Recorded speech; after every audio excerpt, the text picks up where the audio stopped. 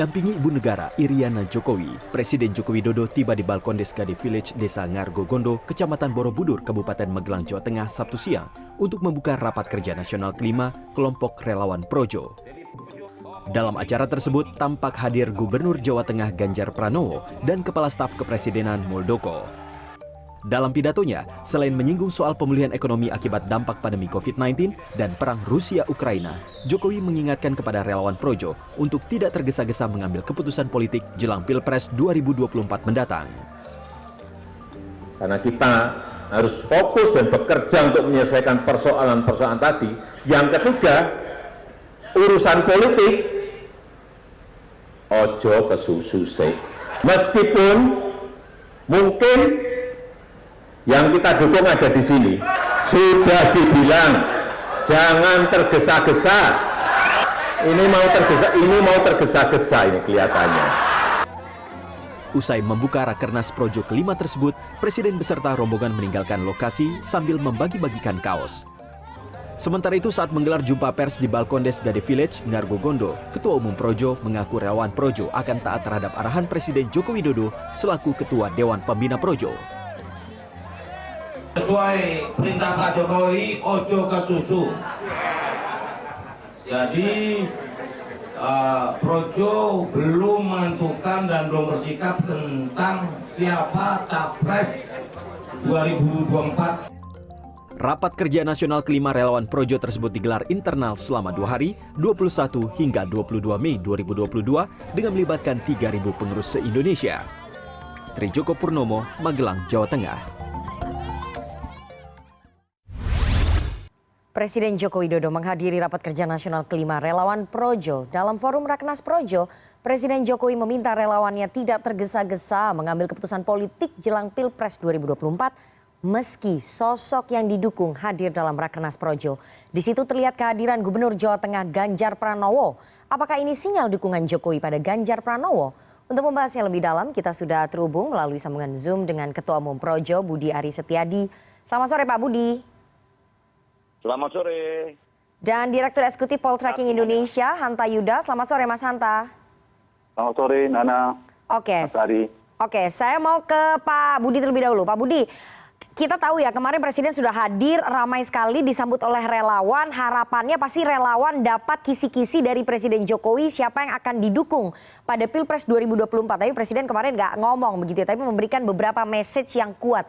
Tapi saya ingin tanya, seberapa penting sebetulnya arahan dan kisi-kisi Presiden Jokowi kepada para relawannya untuk mendukung Capres 2024? Pemilu 2024 ini kan bagian dari konsentrasi politik yang menjadi agenda rutin kenegaraan. Ya.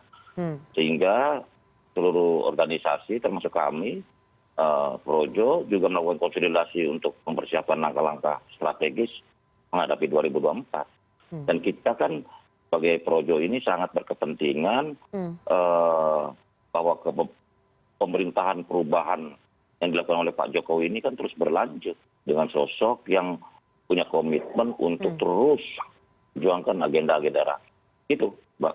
Oke, berarti memastikan bahwa penerus yang akan terpilih nantinya akan meneruskan program-programnya Pak Jokowi begitu ya.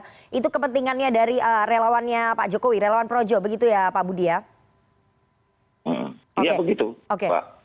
Jadi kita punya harapan bahwa pemerintahan Pak Jokowi selama 8 tahun ini kan sudah terbukti melakukan banyak kerja yang luar biasa.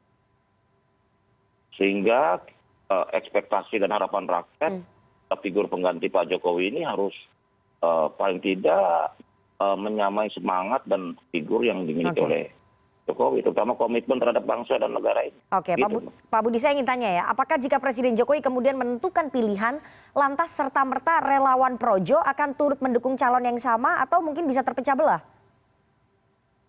Saya yakin semua relawan militan Pak Jokowi itu solid dan tunduk kepada Pak Jokowi. Karena merah kata Pak Jokowi, merah kata Projo. Putih kata Pak Jokowi, putih kata Projo. Merah putih kata Pak Jokowi, merah putih kata Projo. Oke, jadi tegak lurus ya?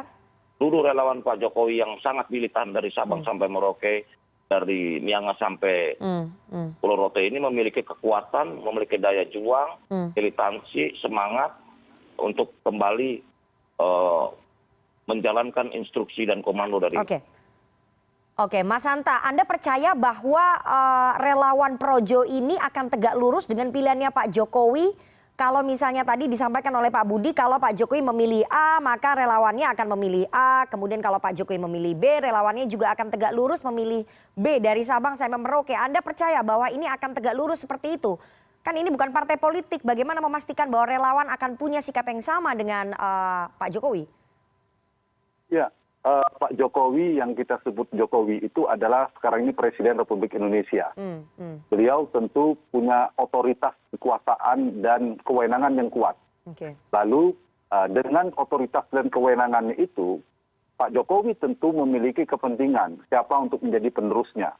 Dan lalu catatan pentingnya adalah dengan yang dimiliki oleh Jokowi yang kita sebagai aktor politik ya, memiliki jejaring kekuasaan yang relatif kuat karena sedang menjabat, sebagai memiliki jejaring partai-partai politik dan dari relawan, itulah yang menyebabkan saya kira para relawan nanti bisa terpaksa atau secara setia loyal untuk tegak lurus pada Jokowi.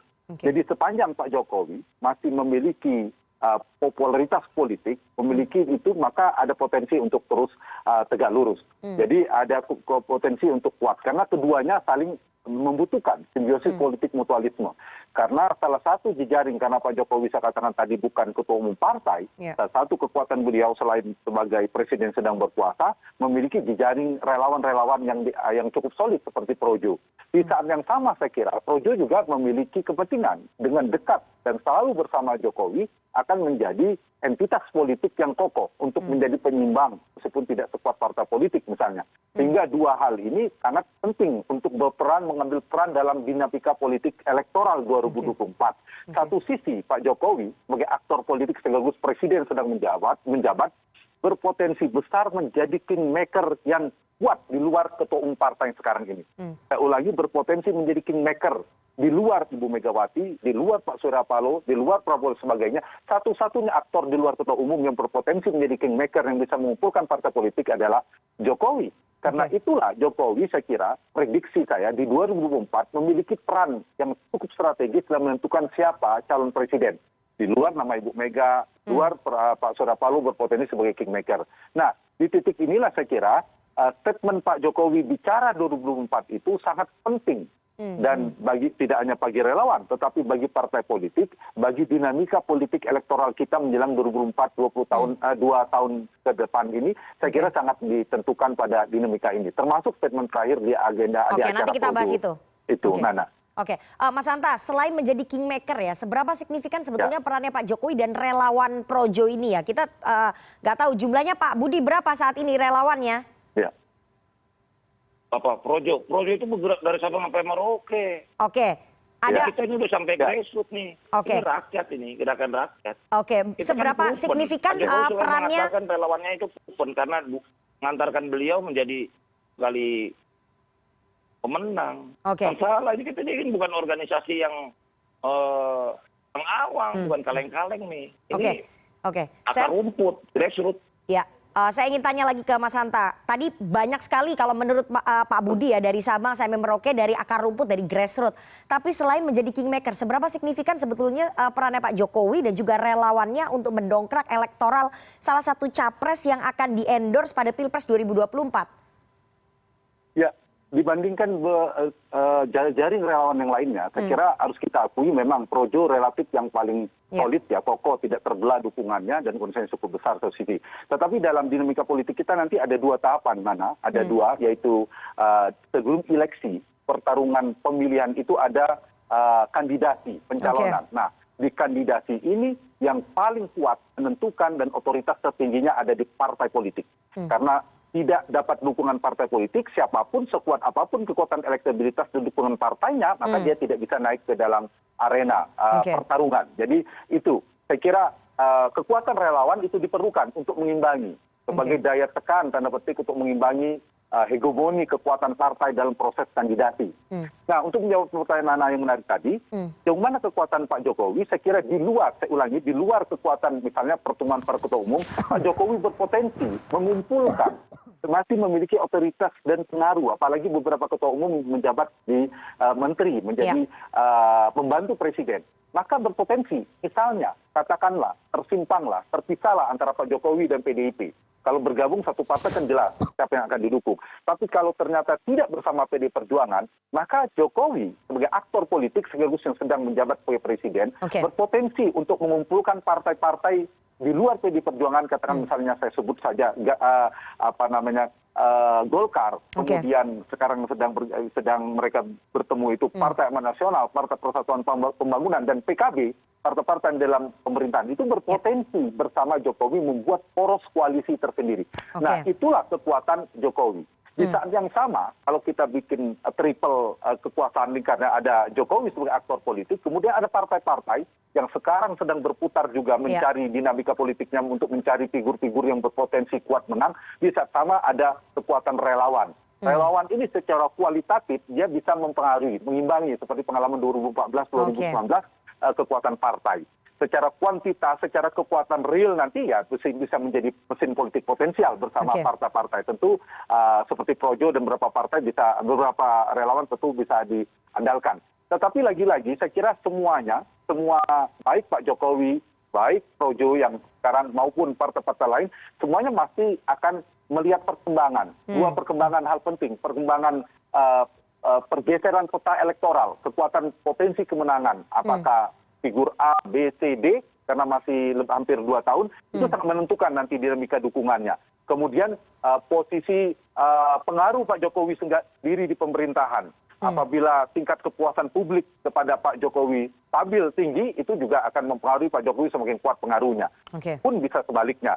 Yang ketiga saya kira juga sikap-sikap partai itu juga mempengaruhi. Jadi dinamika ini sangat berpengaruh. Kita tidak bisa melihat politik hari ini akan sama tahun depan, akan sama menjelang 2024. Tetapi untuk signal hari ini cukup jelas dan lumayan terang untuk kita analisa terkait dengan statement Pak Jokowi di nanti Forum ini saya mau tanya nih. Projo pada saya mau tanya nih ke Pak Budi, ini. Mas Hanta. Nanti Anda bisa analisis. Jadi kalau saya bisa recap tadi yang disampaikan oleh Mas Hanta bahwa relawan ini menjadi alat daya tawar barunya Pak Jokowi begitu ya, menjadi mesin politik yang bisa dikonsolidasikan dengan partai-partai yang mungkin berbeda ataupun punya pandangan yang sama dengan Pak Jokowi untuk menyodorkan calon tertentu begitu ya. Kita belum tahu calonnya siapa karena masih belum jelas elektoralnya. Tapi saya mau tanya ke Pak Budi. Menarik sekali kemarin pada saat berpidato Presiden Jokowi sempat mengatakan ojo ke susu, jangan tergesa-gesa, minta relawan bersabar meski mungkin ada calon yang kita dukung di sini. Kalau di situ kita lihat menarik sekali bahwa hanya ada Gubernur Jawa Tengah Pak Ganjar Pranowo, kemudian ada KSP Pak Muldoko. Tapi kalau dari survei yang paling bertengger di puncak survei saat ini adalah Gubernur Jawa Tengah Ganjar Pranowo. Pak Budi, saya ingin tanya, apakah Anda dan relawan Projo menilai itu bentuk pesan dukungan kepada Ganjar Pranowo? Begini, kita tidak bisa melarang masyarakat berspekulasi bahwa yang dimaksud Pak Jokowi dengan mungkin yang akan kita dukung ada di sini. Gitu loh. Karena kata kita itu mengindikasikan bahwa Projo dan Pak Jokowi ini menyatu, manunggal. Nah, yang hadir di situ kan bukan hanya Pak Ganjar, ada Pak Muldoko, kan Ketua Panitia Panel Barus kan juga bisa yang dimaksud Pak Jokowi, atau siapa, atau Pak Jokowi sendiri, begitu loh. Ini kan masih bahasa-bahasa kalbu dan penuh semiotika, gitu. Jadi bahwa menjadi kontroversi atau menjadi polemik, menarik perhatian, ya publik menafsirkan sendiri gitu loh. Bahwa yang menyimpulkan bahwa Pak Jokowi memberi suka Ganjar, silakan aja. Tapi kan di situ ada Pak Muldoko, ada Jokowi sendiri. Apakah kan ada saya, walaupun saya nggak mau kan saya hadir di situ. Walaupun saya nggak mau, begitu loh. Jadi silakan saja publik menafsirkan. Nanti saya akan tanya lebih dalam bagaimana tafsirannya relawan Projo dengan pernyataannya Pak Jokowi itu. Tapi kita harus jeda terlebih dahulu, jangan kemana-mana.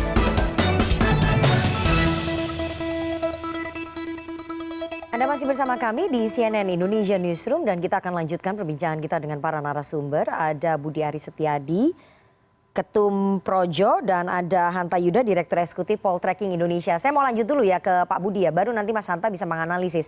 Pak Budi, sebetulnya seberapa dekat relawan Projo dengan Ganjar Pranowo? Loh, kan kita sama-sama berjibaku, sama-sama Mas Ganjar waktu memenangkan 2014-2019. Oke. Sebagai Gubernur Jawa Tengah kan Pak Mas Ganjar kan sangat mendukung Pak Jokowi dengan pencapaian yang luar biasa di Jawa Tengah loh. Oke. Jawa Tengah, kalau nggak saya salah ingat di 2019 kan 78% Pak Jokowi. Itu kan ada peran dan kontribusi Mas Ganjar, gitu loh. Sehingga Mas Ganjar juga punya hubungan emosional dengan kami. Oke. Begitu loh. Suara-suara di relawan akar rumputnya Projo kabarnya ke Mas Ganjar semua, itu betul, Pak? Ya kalau Jawa Tengah, Jawa Timur ya sebagian ya, bagian besar ya walaupun yang lain masih waktu lah. Kita kan pokoknya prinsipnya begini, Projo ini ikut tunduk dan patuh pada perintah dan komando Pak Jokowi. Oke. Kalau Pak Jokowi bilang ojo ke susu, jangan dulu, ya Pak, siap. Bahwa Projo baru akan menentukan siapa capres yang akan kita dukung setelah dapat perintah dari Pak Jokowi. Oke, Gitu, saya Mbak. mau... Dan kita siapkan hasil rakernas sore ini yang baru ditutup itu menghasilkan kesepakatan dari seluruh peserta rakernas bahwa kita akan membuat wadah namanya musyawarah rakyat. Musyawarah Untuk rakyat. menghasilkan kepemimpinan nasional pasca Pak Jokowi. Gitu. Oke. Musyawarah rakyat itu nanti akan merekrut ataupun menjaring capres-capres atau bagaimana? Gini, dalam pidato di Rakernas 5 Projo kemarin, Pak Jokowi sudah mengatakan bahwa Pak Jokowi akan tanya Ketua Umum Projo dulu. Ketua Umum Projo, akhirnya juga kita menanyakan Pak Jokowi juga bilang akan menanyakan ke rakyat. Gitu loh. Oke. Karena Pak Jokowi bilang bahwa saya bukan tipe orang yang memutuskan sendiri. Ya, mendengar rakyat. Dan kita karena kita meyakini begini loh, Mbak. Pak Jokowi itu adalah orang yang sangat mendengar keinginan rakyat. Baik. Karena itu kita meyakini bahwa pilihan rakyat adalah pilihan Pak Jokowi. Oke. Begitu. Oke, Mas Hanta, tadi sudah dibocorkan sebetulnya oleh Pak Budi bahwa ada beberapa suara di akar rumput relawan Projo di Jawa Tengah, kemudian Jawa Timur, itu dekat ataupun mendukung Pak Ganjar. Saya ingin Anda menganalisa ya, pernyataannya Pak Jokowi itu message-nya kuat sekali, bentuk dukungan terbuka kepada Ganjar Pranowo atau hanya atau hanya ingin mencuri perhatian atau testing the water atau apa sih Mas Hanta menurut Anda? Kalau tema CNN ini kan kode Jokowi dukung Ganjar, saya kira kode. Tapi kodenya terlalu terang. Oke. Tapi ada poin, dua hal. Kalimat sebenarnya.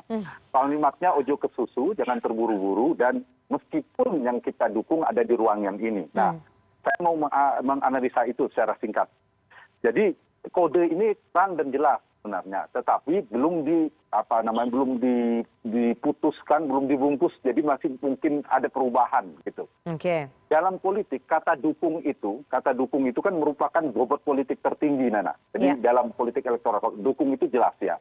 Kalau soal kode tadi kan Nana di awal pertanyaan Prof sudah mengatakan pilihannya di Jawa Tengah. Kemudian ada kehadiran Ganjar. Kemudian ada signal kuat dari Pak Jokowi meskipun Budi Ari bilang di sana hadirnya ada Pak Jokowi, ada Pak Mas Budi sendiri seterusnya. Ya kalau kita bicara ya kemungkinannya Pak Jokowi dan Pak Ganjar.